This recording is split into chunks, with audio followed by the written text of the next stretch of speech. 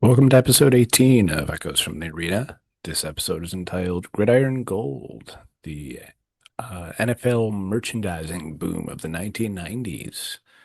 Although we will not just be talking about the 1990s, we did have a listener send in several questions that I'd like to pose to my father, and wanted to talk about some cool, some not cool NFL merchandise from the 1990s, maybe 1980s, depending on what it is. Um, Dad, you're wearing a piece right now.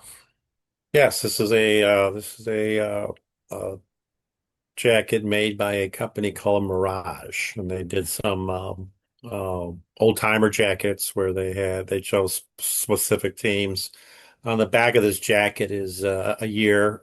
In this particular case, Buffalo Bills, 1965. What was significant about that was the last time the Bills Won a won an championship. AFL championship, and there's also jackets from the Giants, the New York Giants, the Chicago Bears, the then Washington Redskins. So it was an old timer. It was an old timer. I think on the sleeve you see the old leather helmet, even though the Bills weren't playing back in those days. But they also made a leather. They also made a really nice leather jacket. I believe actually Thurman Thomas had wore it during the Super Bowl years. So.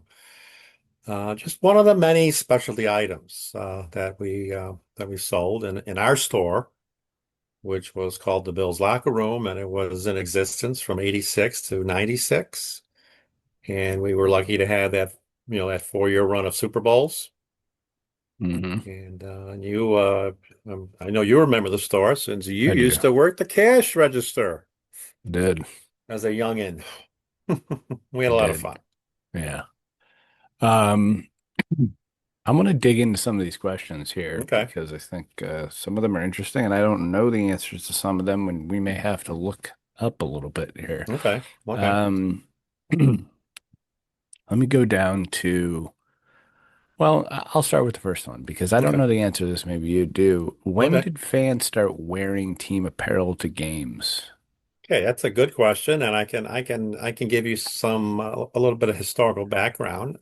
Hmm. Um, I would say, and I'm not 100%, you know, I don't know I'm that not, there's a yeah, it's not specific really a answer. specific year. It was kind of a gradual growth.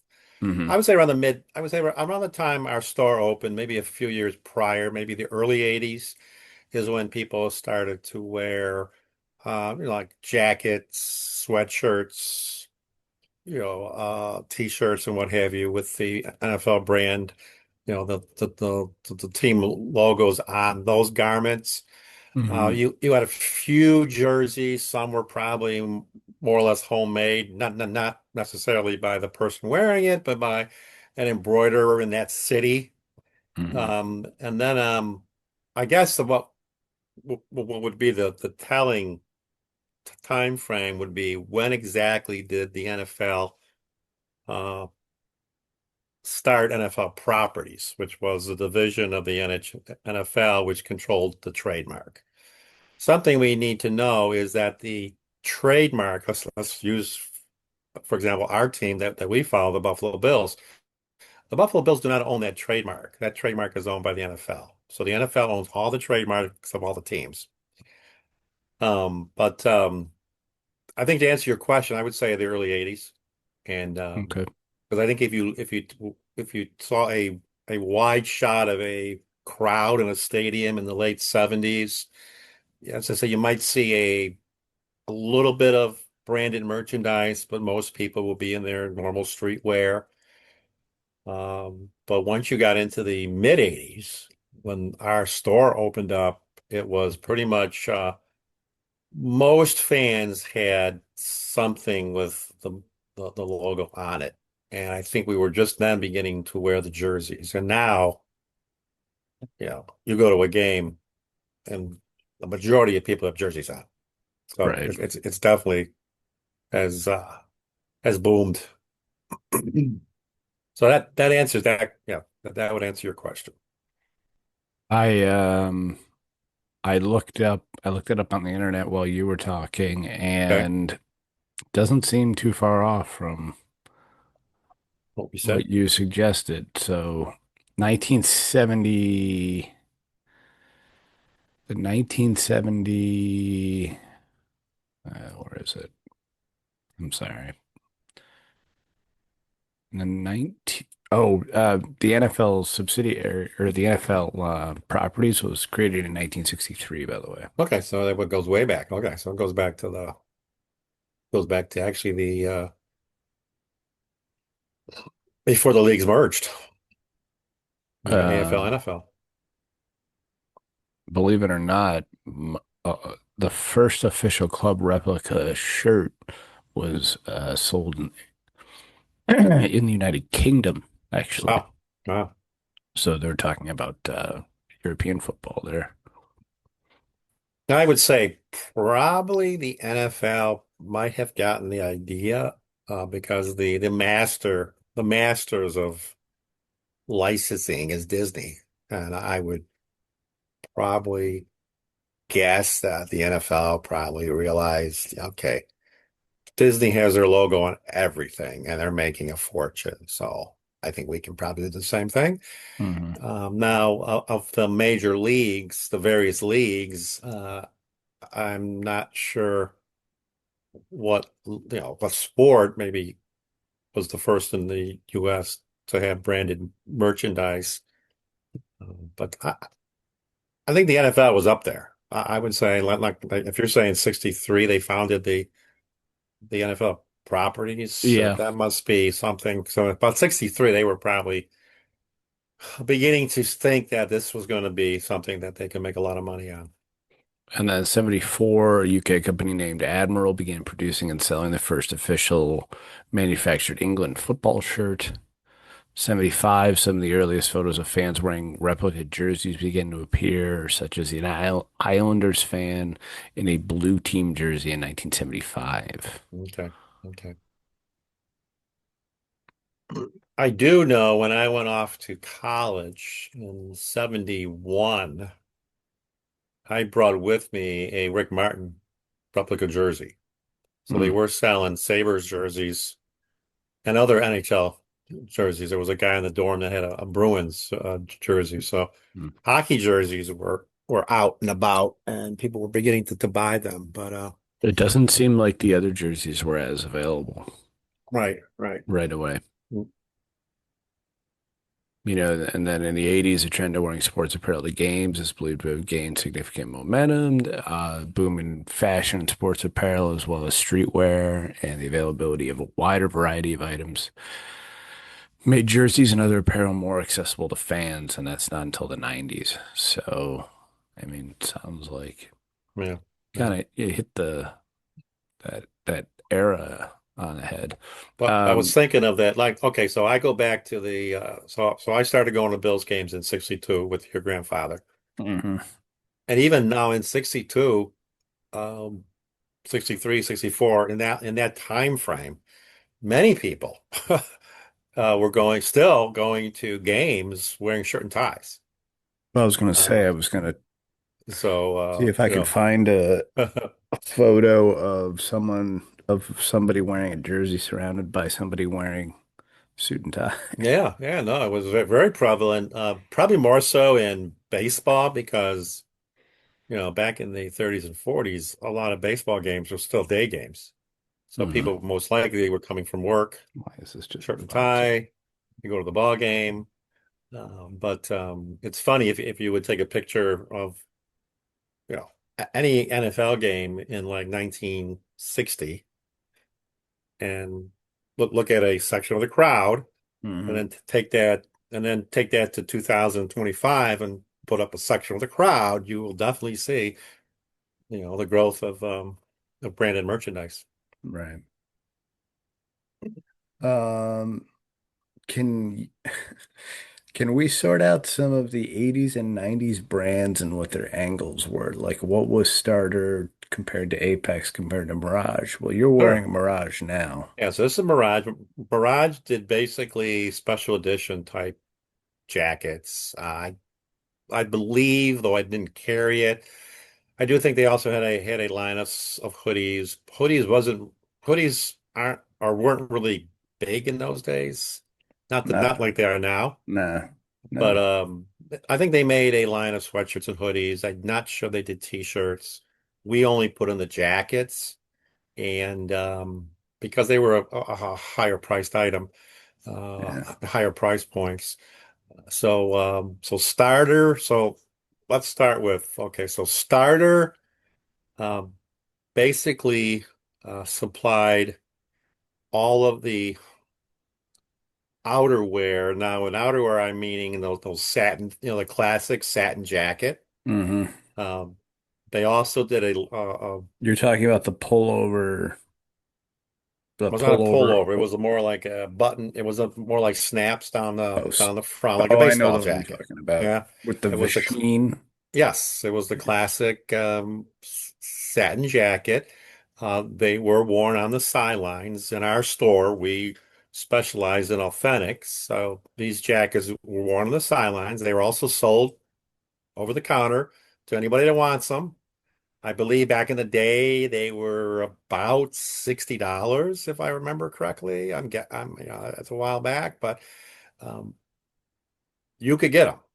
But again, Hmm. every team had their supply of starter jackets. They also made a heavier, more of a winter jacket, which was a little longer with a hood, and but the satin jacket was the popular one, and that's where we had the crossover, where a lot of celebrities, rappers were wearing that jacket, and that's where Hmm. it really began to get very popular. Like did I think Run Run DMC might have, No, they were wearing Adidas. but they were in Adidas. Okay, so I but know the anyway, jacket you're talking about. yeah, that's where the so anyway, that's where Starter was one of the first in the marketplace to supply the jackets.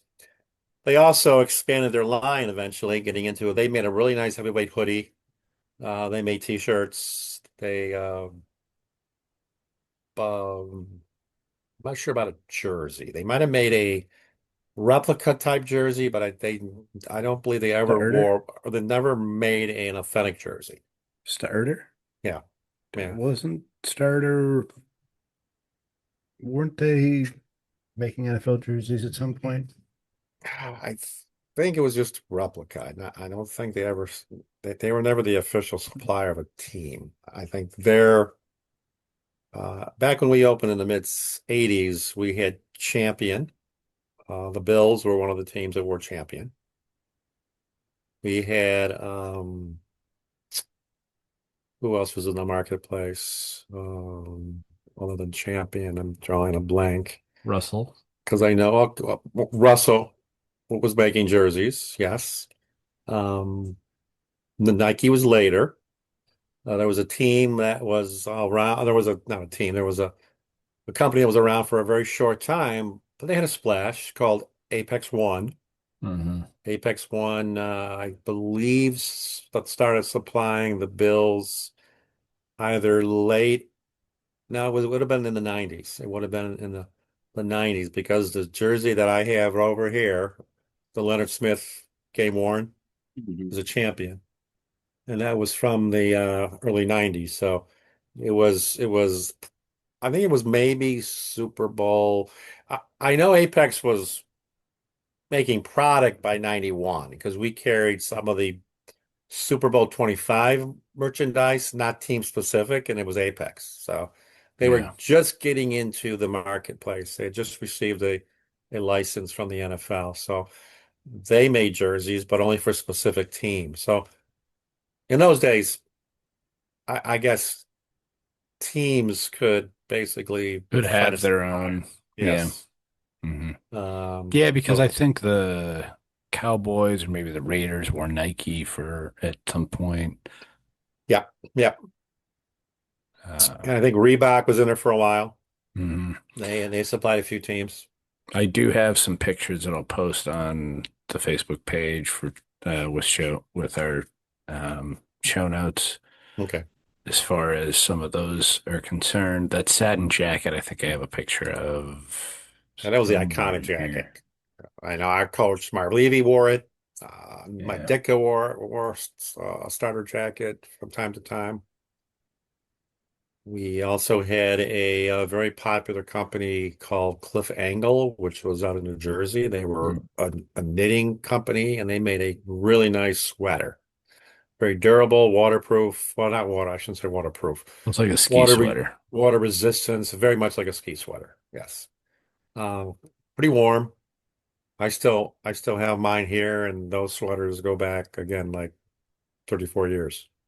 And they still have they're still, you know, elastic. The waist and the coll and the sleeves are almost like they're brand new. It's a sweater. It's washable, washes up really nice. The famous coach, well, two coaches were really evident with the sweater. That was Marv Levy and Mike Ditka. Always wore they made a vest also that I have a Ditka liked to picture of wear that one. with a shirt and tie. I So have a picture of that one. yeah, that one. Okay, yeah. And I think as far as jerseys go, yes, that was it. It was not something that was league wide yet. I'm trying to think who had do you remember who had the exclusivity of the jersey prior to Nike? Was it like Was it Logo Athletic? I don't think they ever made a jersey. I'm thinking, was it Reebok? Did we wear Reebok jerseys periodically? I don't know. Puma was in there briefly, weren't they? Who was in there? Wasn't Puma in there briefly? Puma might have been another jersey manufacturer. Yes, yes, they might have been. Um, But now they've gone to strictly Nike, and pretty much Nike supplies everything garment wise, jersey wise, and then the cap is there are still Nike caps, but I think New Era's kind of taken the cap game. they've kind of taken the cap game. Yes. Another question posed by listener Bill. Did Team Okay. Apparel ruin sports uniforms? He states he recalls a correlation between starter jackets taking off in the 90's and team uniforms going from bright colors to drab tones and black. The Sabres goat head uniform being one example. Yeah, I would say that they definitely Yeah, would be.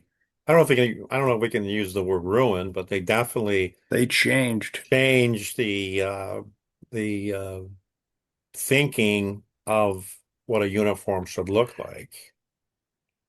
I also Ooh, think, excuse me. the whole theory behind the third jersey in the NHL, or Hmm. the third jersey or that jersey, the rivalries jersey that they're doing this year in the NFL is just to sell more jerseys. Yeah. But I think, to answer the question, I would say it definitely the starter craze and that satin jacket, I would say definitely had some influence on how people were designing jerseys. I Hmm. remember, again, for years, I'm using the Buffalo Bills because that was the team that I grew up watching.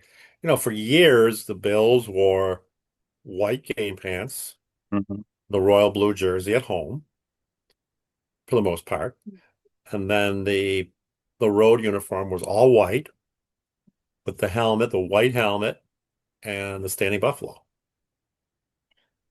That's for years. And other teams, the same thing. The Dallas Cowboys used to always wear the white at home, the white jersey, the silver pants, the silver helmet. I think with the advent of all this sports marketing and all the other garments and the designs, the loud colors, you had the Bills in the that all red jersey or that all red uni. That's the color rush. Yeah, the color rush jerseys, and other teams did the same thing. So yeah, to answer the question, it definitely impacted it. Yes. I think that it originally, some of these bright colors ruined some good original uniforms. I agree. I agree. You know, Yeah. um, although one that I'm thinking of is not one that really works for this example, which is the Creamsicle Dream one Yeah. uh, Yeah. for Tampa Bay. Yeah. They've Yeah. been wearing it more lately, and I think it looks really sharp. It looks great. I love that design. But Um, I think it has more, it says more about the uh, increase in the technology of the type of fabrics and the way that the uniform looks as opposed to the colors, because the right, colors are the exact same colors as they would have been in the right, 70s. right, right. But the uniforms just look a lot better now. Yes, that's well, they're now that yeah, they're now they're that dry fit, all that dry fit material and Mhm. what have you. I also well, we can maybe piggyback off of that question with regarding the logos and what have you. And the example I'm going to use is I was talking this weekend with my brother-in-law who is a Pats fan, and we I was saying how my favorite Pats uni was one that they wore in the AFL, and then when they, when the AFL and NFL merged, they wore that uni for a while. It was the white game pants, Yeah, red jersey red jersey. with the Patriot on the helmet, a white helmet. Love Mhm. it, still love it to this day. I wish they would go back and wear that as their jersey, as their regular uni. I don't know when the Patriot, what do you call that thing they wear now? It's Uh, it's kind of a I don't know. It's kind of like our charging buffalo, but it's a Patriot. Yeah, And not that I have anything against the charging buffalo, but I still love I still love I got props here too. I still love the standing buffalo. standing buffalo matches a hat. So there you go. Yeah. Would love to see that. I know the Bills wore it last week, and it didn't bring us much luck, but the I think that too changed. The logos became more what do you call it, modernistic or what have you. Dynamic, I like to say. Yeah, yeah. Yeah. Like the Sabres, pirate, the Sabres pirate Goat changed a little bit was, on ooh, the pirate. I don't even know if the fir was if the first logo of the Buccaneers was a real pirate. It looked more like a cavalier. didn't it? Yeah. Yes, because now it's a pirate. Yeah. Uh, The Sabres goat head uniform. Do you have yes, any thoughts on that? that was pretty. I didn't like that. That was pretty strange. I didn't I like. mean, I know it is the last time we were really good. Yeah, We we had wore that. worn You were. that the year before, Yeah, but I still think that's about the only right decision the Sabres have made is to go back to their old yeah. uniform. I think the cross sabers were an iconic uni. I would put it right up there with the maple leaf and the CH for the Habs and what have you, the Black Hawk. Yeah. So you used to own a sports apparel a store. What Yep. was the trajectory of the business as far as the 80s and the 90s? Reader Bill feels like sports apparel had a bit of a downtime in the early 2000s, and now it's huge both Yeah, locally, it did. It did. retail, and Well, online. we got to remember now. I was okay. So I opened the store in '86. Yeah. We were really beginning. Our team was getting better, Mhm. and we were trending upward because I think we won the AFC East in '88, was it? Hmm. And from there we were fairly successful for quite a while. And I think our sales were obviously representative of the fact that the Bills were winning. Um, Different companies were getting into the NFL, you know, were getting NFL licenses. So different companies were putting different product, and we had everything imaginable. And there were more that I didn't have in the store, but we had everything from, the earrings to jerseys to jackets to golf club covers, you name it. Um, they had a logo on it. But what was the question again? I kind of Well, lost no, it's just talking where I was about going. the trajectory of the business in the Oh, the 80s and business? Yeah. 90s, and Yes. then what about in the 2000s? Reader believes that there is a downtime in the Yes, 2000s. yes. Okay. So, and maybe it's because we were in Buffalo and obviously the years from like 88 through 2000, or I'm sorry, 88 through 94, the team was really good and was pretty much the class of the AFC. Hmm. Went to four consecutive Super Bowls, and so our sales were good, and we had a long selling season because you add those playoff games and the Super Bowl, that gives you an extra what, month and a half of Yeah. sales. Hmm. So for us, it was good. Uh, Once again, I think it's all predicated on winning. I mean, if you win, your product's going to sell. So if you have a business in those cities that win, um, for the most part now, there are some other oddities that creep in. Cowboys are still popular, even though of late, maybe this They year stink. they're better, but over the last what decade, they've been pretty mediocre. They still sell well, but so, but anyway, I think it's so predicated on a team winning. And but I do believe if you look at sports marketing, I think yes, I think the observation is correct. There was a dip around the you know around the year 2000, 2001, and then but right now it's hot, it's red hot, and people Yeah. wear it all the time. You now it's basically just accepted wear. You just don't wear it on game day. You wear it every day of the week. In some cases, you throw on a pair of Hmm. sweats, you throw on a hoodie. There's a good chance it's going to be an NFL branded product Or a branded product of some or a kind. branded product. I know, and again, it also there's fan bases involved. Buffalo Bills fans. So no matter what time of year it is, if it's a weekend, you will see Bills, you know, apparel and hats. It's just the way it is. So. Hmm. Yeah, like anything, it took a dip and it's been revived. And you have as you get a new generation of fans and everything, it's all, it's becomes popular once again. Good question. That was a good question. That's a deep. I hope I Uh, answered it. I know yeah.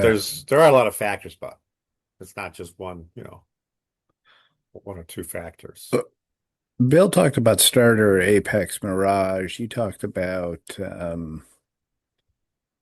Cliff Angle. Trying to think, are there any other ones that we didn't, uh, any other Let's names that we There's didn't touch on? I know I touched on it, but I think they weren't big into it in the when the Bills were Super Bowl champs. They were was New Era, which was Right. a Buffalo-based company. But New Era has gotten into it pretty much. New Era is the hat of choice now in the NFL. So I would say New Era was another one. I'm trying to think of some other apparel. Logo Athletic, I Logo talked Athletic about. was in it for a while, and they made turtlenecks. They made a nice quality sweatshirt. It was like direct embroidered. So they made some quality garments also. Antigua made a golf line. Antigua. Uh, I can I think I told you the story. I don't think we told it on air yet, We but didn't tell it on air. Go ahead. Main Stewart story. Okay, so in the early 90's and late 80's, actually it was 89 because the US Open was at Oak Hill in Rochester. Payne Stewart had a contract with NFL Properties that he wore those the, the knickers and the high socks and all that. Hmm. But he would wear the apparel, mainly golf shirts of the local NFL team where he was playing that week.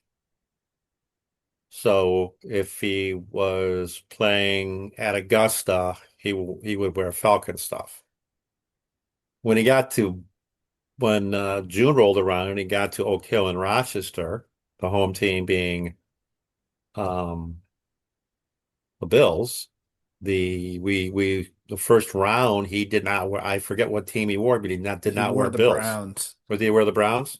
Yeah. So your mother got on the phone with NFL Properties and said, that Payne Stewart's in the Buffalo Bills market is not wearing Bills merchandise. And lo and behold, the next day he had a Bills golf shirt on.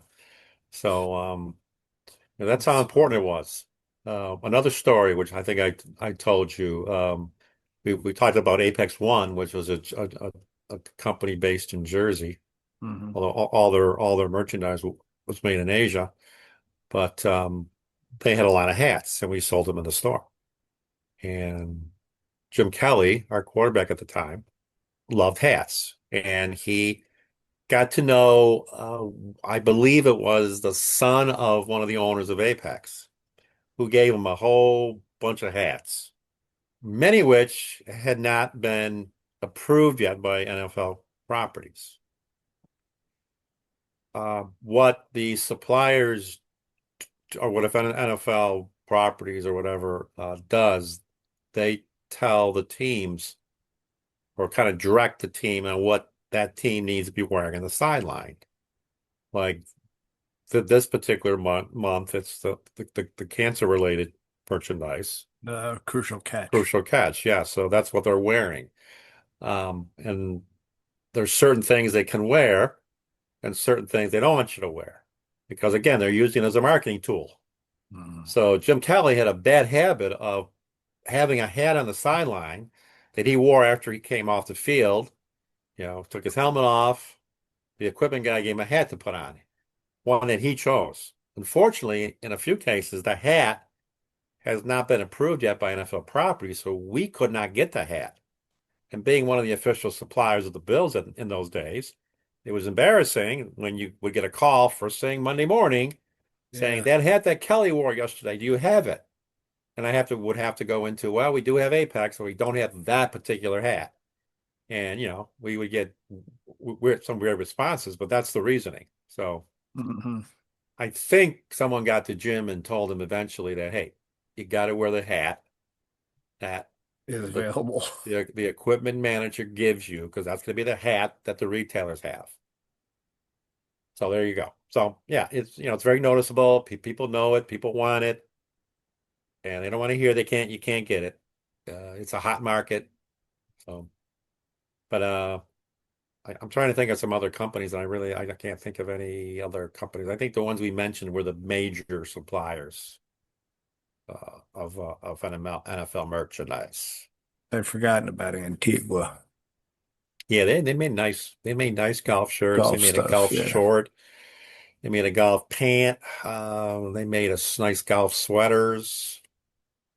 I don't think they made any hats. I think it was strictly I think they apparel. made visors. They did make a visor, yes. Oh, remember that crazy plastic visor that was the Yeah. rage back in the day? I don't know who made them. It was basically just a sweatband It's a sweatband with a plastic with a piece plastic in the piece in front. front of it. Yeah.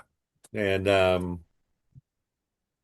I don't know who made it, but I do know that the guy that probably made it popular was John Gruden, because he always wore visors, and Stupid visor. that was the visor of the day.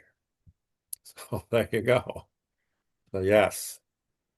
The last question, which teams ruined their best looks with uniform changes and which uniform changes were actually for the best? Those are good questions. Very good questions. I think the Bills ruined their uniform when they went to that really cheesy 2000s The shit. navy blue, the navy blue, the Yeah, navy with blue that. look. Well, especially that away one that was like all sorts of Oh different yeah, it colors was and white shit. with a blue top, Yeah, blue shoulders. Yeah, that was kind of ugly. that was I'm really not sure ugly. if I like do you like the Seahawks with the fluorescent green? I wasn't crazy about that either, that change. I don't have any. I didn't. I didn't love the original Seahawks uniform. I know a lot of people did, Yeah, yeah. but it just didn't appeal to me. So I don't know that I'm really ruining something if the thing that Right.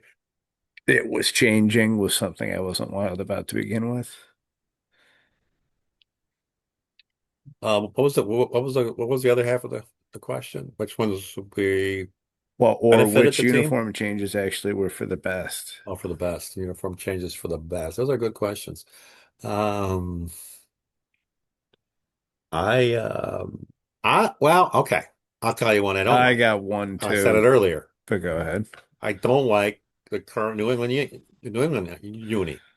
I love the old red jersey, white helmet with the Patriot. With the Patriot bending over. Yes, I don't like the current jersey. I never have. It looks like something. I remember when their Apex jersey came out, the game jersey, and I know I had a customer come in and needed a Drew Bledsoe when he was still with the Pats. And when I got the jersey, it looked like a softball jersey. It was just I just didn't like the color scheme, the lines. Hmm. So that's one. I think the one for the best, even though I do like the creamsicle, I like their new ones. I like the one now with the pewter helmet. Okay, let me tell you what I hate about that one is the Okay. font that is used for the numbers. It's a digital font. Okay. It Okay. looks like on a freaking Casio watch. Okay. Yep. Yep. Yep. That I don't like. I wasn't I was okay with the uniform change at the time, although now I'm kind of very strongly feel like they should wear their old uniforms. For me, a team that I think improved their uniforms with their latest change is the Chargers. Yeah, that They that really leaned that's back into powder blue, which is smart. did you see them today what they were wearing? Which was way too much yellow. It was all Was it? yellow. Oh, see, All that's yellow. ugly. Pant and jersey. But I like the old powder blue. I'm glad they went back to the powder blue. Yes, that's the traditional Mhm. AFL team. Um, question for you. I'm not exactly sure. Did the um did the Dolphins colors get more aqua, or were they always that aqua? They Weren't they got more of a more. bluish aqua? Weren't they more of a bluish originally? I think originally they were more. Like a seafoam almost color? Originally they were like turquoise, Okay. and then at some point they added a purple in there briefly, and I believe this is probably late 90's, early 2000s, when a lot of teams were making some stupid decisions with their uniforms. And that's when I think the color got darker. Okay.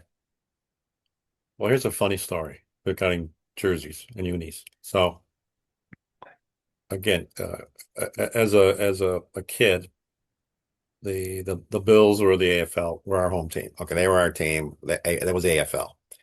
The NFL, all parts of the country had a local team, even the Buffalo market Hmm. in the NFL. So CBS, who covered the NFL in those days, where ABC and then NBC had Maybe. the AFL. Uh-huh. So our local team were the Browns, being they were only 3 hours from Cleveland. So I grew up watching the Browns as far as the NFL team. So I got, the good news was I got to see Jim Brown play in his prime and all that stuff. Never, I could, I could count on one hand the amount of times that I saw the Cleveland Browns not wear their all whites, home and away. Mm. They wore the whites. It was very, very seldom that I saw that brown jersey, which was pretty bad. And they wear it now quite often, but weren't they wearing Yeah, but they got letters on it now. There's a little bit more going yeah, on. and weren't they wearing like all orange the other night or the last game or something I to don't match the know. helmet. The helmet's Maybe. orange, which is fine, but the orange and brown, that's kind of I don't know. Well, I know the team name came from Paul Brown, but I don't know where the color of the uniform came from. There is a reason that I gotta dig out. I gotta go back and there is a reason they're that color. Yeah. But it's pretty nasty. I don't know what you feel about that, but that's pretty ugly. There's just not much going on, even when with their updates. Still, there's just not that much going on. I'd like to think on this one, and for our next episode, maybe have a thought. Yeah. Who would Uh, you rate as one of the most iconic uniforms in the league? what are the most iconic? Yes. Raiders. Okay. I wasn't even thinking of the Raiders, but okay, yeah. The Raiders is a good choice. They haven't really changed. I was looking at the Cowboys because I well they were just on TV, but I Well, I know think that those are the two that have really the not Cowboys, I mean the changed. Cowboys, Raiders, they really haven't changed. Right, they haven't changed. Giants have. The Giants have gone from they had the NY. The Giants and Jets both went to like a very 90s looking Jets and New York and Jets and Giants back to some version of that. But yeah, So any other questions? You got any no, other questions? those were the five questions. Those are very good questions. They really set up our show, and I hopefully we Hopefully answered we were some able to address questions. them. Huh? Said hopefully we were able to address Yeah, them I hope so. sufficiently. I'd like to think on that last question I asked, which was not the last on the list, but have to go through some of the NFL teams. Oh, here's one just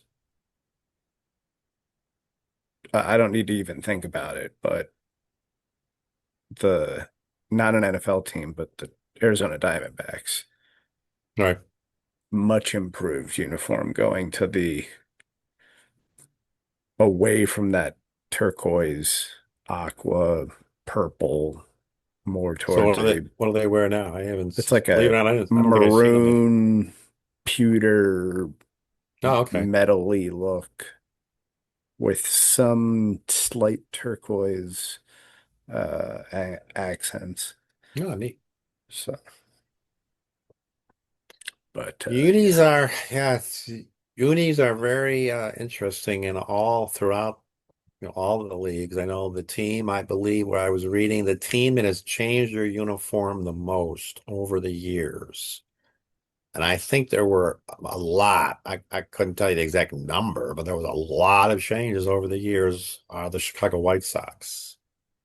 hmm, You didn't remember the year they or the short. I think I don't know, probably the year they were so ugly. They actually wore shorts one season with a top that looked like it was like a disco, had like disco lines.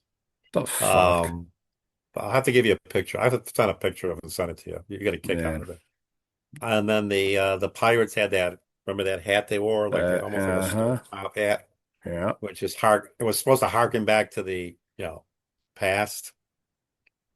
So yeah, there's been some. And then what'd you think about It the harkened its way right into the trash bin. exactly? Did you? I don't think you remember. I don't even know where they when they wore them, but remember when the Flyers wore full length pants? 75. Was it 75? That was a bad idea too. That was horrible. I I think don't, two teams did it. I want to say maybe the Whalers.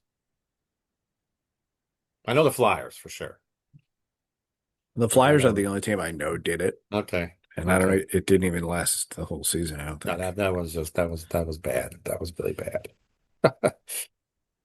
But uh, but they are fun. They're fun to talk about. Um, Hmm. I'm looking at the Cardinals now. They're wearing all red I because don't they've been mind doing that. that. I They've like been that. wearing that a lot of late. Um, Of the Buffalo uniforms, what's the best combination? I like the I really like the originals. well, it's not the original, but I like the royal blue and the white pant and the white helmet. I think the current away white on white Yeah, is white the helmet. best. I like that. Yeah, So that's the best looking one in my opinion. yeah, yeah. Because they started actually with blue and silver. Royal blue, silver pants, silver helmets, much like the Lions, Detroit Lions. Because And of then, Ralph Wilson's connections to Detroit. yeah, yeah. Hmm. And I think that lasted only 1 year. Because I saw him, well, I Interesting. saw him in 62. My first game was 62, and but they started 60, right? They played Yep. at 60, right? Hmm. So 60, 61, I think they had. I'm not sure about 61. 62, they had converted to the royal blue and white by then, and the charging and the Danny Buffalo helmet. All right. Well, I think that ends another episode of Echoes from the Arena. We will catch you next time at episode 19. Yeah, we're going to talk baseball with the World Series starting. Dodgers versus either the first time Mariners Or or the the Jays. Chase. And then we'll be also going to be highlighting. We're going to continue with our most valuable program, Division III schools. We're going to do Bowdoin College, which is up in Maine, the Bowdoin Bears. We'll talk Bowdoin. Sounds good. So we'll see you Okay. then on Echoes from the Arena.